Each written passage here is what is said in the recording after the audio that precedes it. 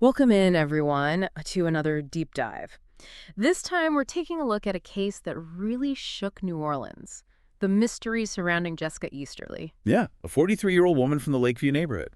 It's a case that, like you said, really gets you thinking about missing persons Yeah, investigations, especially when you think about domestic violence being part of it. exactly. And this case really brings that to the forefront. So for those who haven't heard about this, Jessica vanished on August 12th, 2019. 2019. Right. And she had reached out to a friend, Maria Creel, Mhm. and she told Maria that she was scared and wanted to leave her husband, Justin Durning Jr., and that was the last anyone heard from her, isn't that? Yeah. Isn't that crazy? Yeah. And here's the thing.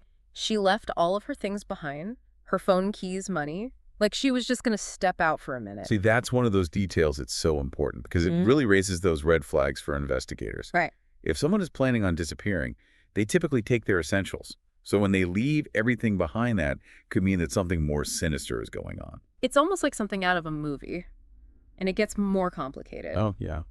Justin actually reported her missing, but not until 2 days later. That delay is definitely something that investigators would want to scrutinize. Right. Because while there could be reasons why he waited, it's not typical behavior for a worried spouse. You would think, right, like if someone you loved disappeared, you would report it right away. Exactly. Yeah. So that lack of urgency at the beginning Yeah. just adds another layer to this already kind of puzzling situation. Right. And then 10 days after Jessica disappeared, the story takes another turn. What happened? They found her body less than a mile from her home, So close. hidden away. Yeah.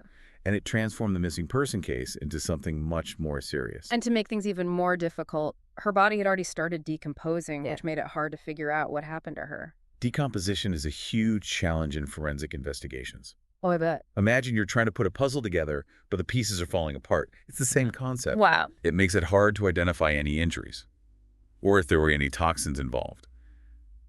And sometimes it even masks the true cause of death. Oh, wow. I hadn't even thought about it like that.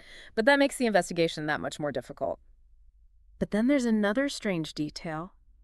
Her wallet and ID were found right next to her body. Okay, now that's where things get really interesting, Right. because it throws off all those typical theories, like robbery or a random attack. Mm-hmm.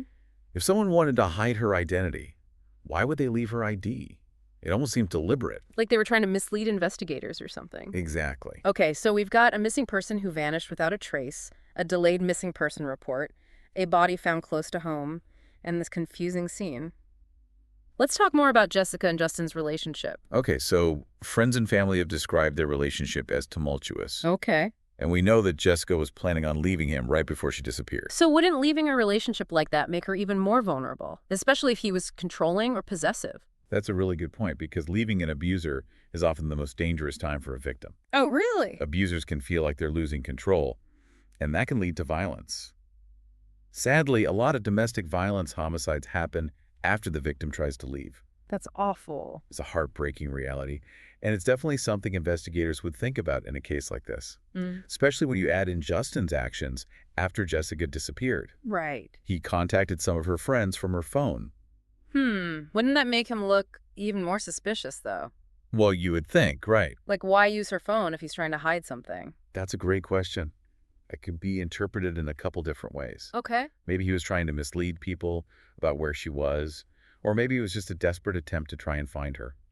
Investigators would have to look at what those messages said when they were sent and any other digital evidence to figure out what his intent was. Right, so it's like trying to decode a message. Yeah.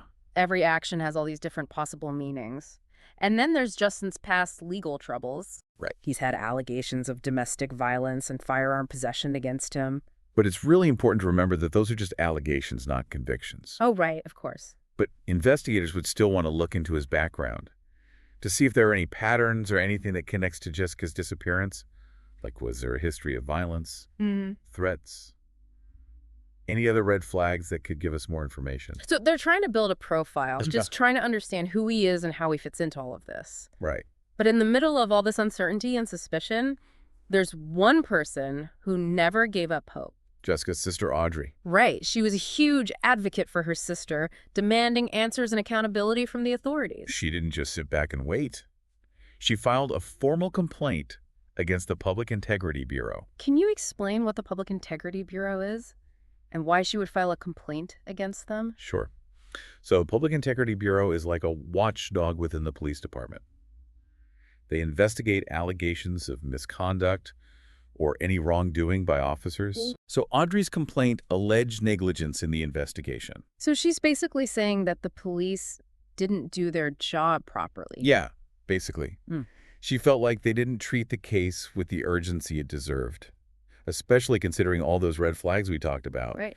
And she didn't stop there. She started a petition that got a lot of support, pushing for the case to be reopened.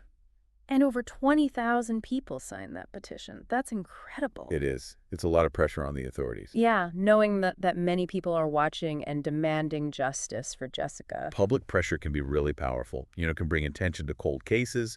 It can encourage people to come forward as witnesses.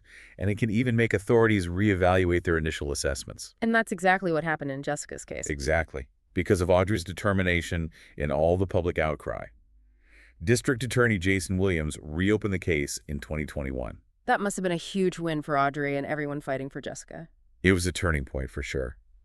And when they reopened the case, Jessica's death was reclassified. Reclassified, what does that mean? So initially her death was classified as inconclusive, probably because of how decomposed her body was.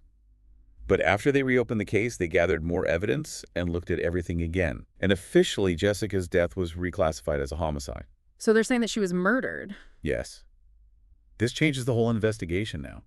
It means they're not just looking for a missing person anymore. They're actively looking for leads that are related to a potential murder. Wow. They can use more resources, use different investigative techniques, and they can even press charges against the suspect if they find enough evidence. It seems like having the case reclassified as a homicide would be a huge turning point for her family and friends. But I imagine it would also bring back a lot of those difficult emotions. Definitely. It's a bittersweet victory in a way. There's a sense of validation that it's being taken seriously as a crime. But it also brings up the reality of her loss all over again. Yeah. And even with this reclassification, there are still so many unanswered questions. Yeah. So what happens next? Well, now the real detective work starts. Investigators will probably go back and look at the original evidence again, interview witnesses again, and look for any new leads that have come up since they reopened the case.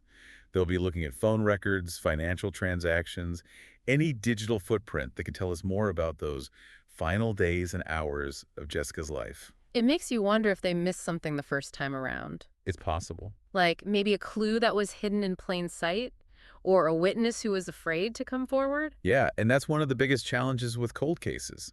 Time evidence can disappear, memories can fade, and witnesses become harder to find, or they might not remember things as clearly. So it's like trying to solve a puzzle where some pieces are missing, and the ones you do have are starting to fall apart. Exactly. It's a race against time. But there's got to be some reasons to be hopeful, right? Oh, definitely.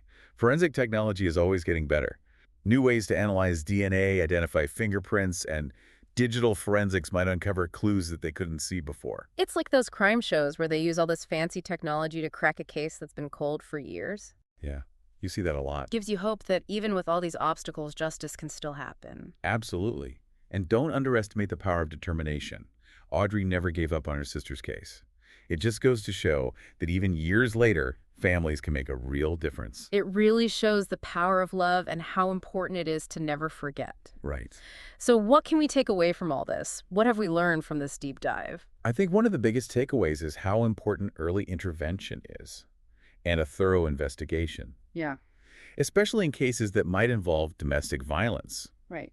If those initial red flags had been taken more seriously, maybe things would have turned out differently. It really makes you think about how even small oversights or delays in an investigation can have huge consequences. And it just highlights how important it is to have proper training and awareness for law enforcement when it comes to these missing person cases. Absolutely. Another important thing to remember is the power of advocacy. Audrey's dedication to her sister's case ultimately led to it being reopened and reclassified as a homicide. It just goes to show that even when it feels like there's no hope, one person can make a difference. Exactly. And finally, I think this case really reminds us that behind every missing person statistic, behind every cold case file, there's a human story. A life that was cut short. A family that's left with unanswered questions. And a community that's dealing with loss. So even though we've learned a lot about Jessica Easterly's case, there's still so much we don't know, and the investigation is still ongoing. Hopefully someday all the pieces of this puzzle will come together. And maybe that's what's so interesting about this case, the unanswered questions. What really happened to Jessica Easterly? And will there be justice? It makes you think. It really does. Thank you for joining us for this deep dive into Jessica Easterly's case. It's a story that reminds us how important it is to be aware, to advocate for others, and to never lose hope for justice, even in the face of tragedy. If you enjoyed this video and want to dive deeper into more cases like this one, make sure to subscribe to our channel. Don't forget to like the video if you found the story compelling, and share it with your friends and family who might be interested in true crime and mysteries. By subscribing, you'll stay up to date with all our latest content and join a growing community of curious minds exploring the most fascinating cases. Click the notification bell so you never miss an upload. Your support means everything.